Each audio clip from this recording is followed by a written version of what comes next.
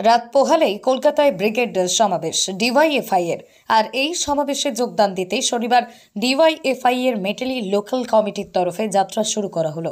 এদিন বাতাবাড়ি ফার্ম বাজারের লাল শুকরা ওরাও ভবনের সামনে থেকে ৬০ জন কর্মীর একটি বাস ব্রিগেডের উদ্দেশ্যে রওনা দেয়।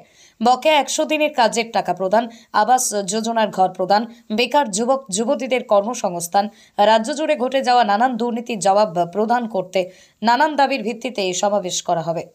পাশাপাশি হঠাৎ করে ছাত্র যুব উৎসবকে বন্ধ করে দেওয়ারও প্রতিবাদ জানানো হয়। এদিনের এই বাস যাত্রায় ডিওয়াইএফআই এর কর্মীরা ছাড়াও সারা ভারত কৃষক সভার বেশ কিছু নেতা কর্মীরাও রওনা দেন। আমাদের ২ মাস ব্যাপী যে গোটা বাংলা জুড়ে যে আমাদের একটা আন্দোলনের ছিল তোমার ইনসাফ যাত্রা, যেটার আজকে আমাদের ব্রিগেড সমাবেশ হচ্ছে।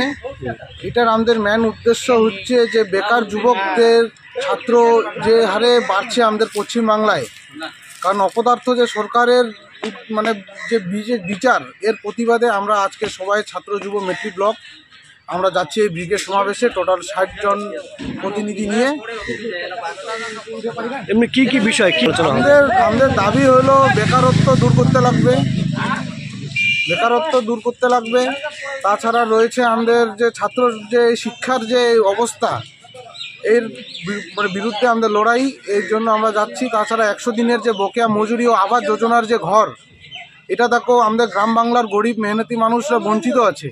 এইটার জন্যই যাতে ওদের পাওনা অধিকার যাতে আমরা পেয়ে দিতে পারি, এইটার জন্য ডিওয়াইএফআই মেটলি ব্লক আজকে এই উদ্যোগ নিয়ে সভাতে যাচ্ছে আজকে ব্রিগেড সমাবেশ।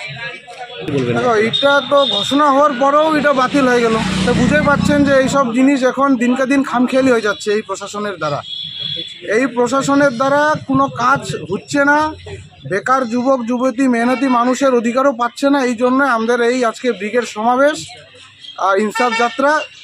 এটা আমাদের সমস্ত মেট্রিক ব্লক ছাত্র যুবদের কাছে আমরা আহ্বান জানাচ্ছি, আপনারাও আমাদের এই সঙ্গে যুক্ত হবেন আগামী দিনে, যাতে বৃহত্তর যাতে আমরা আন্দোলন করতে পারি। আপনার নাম?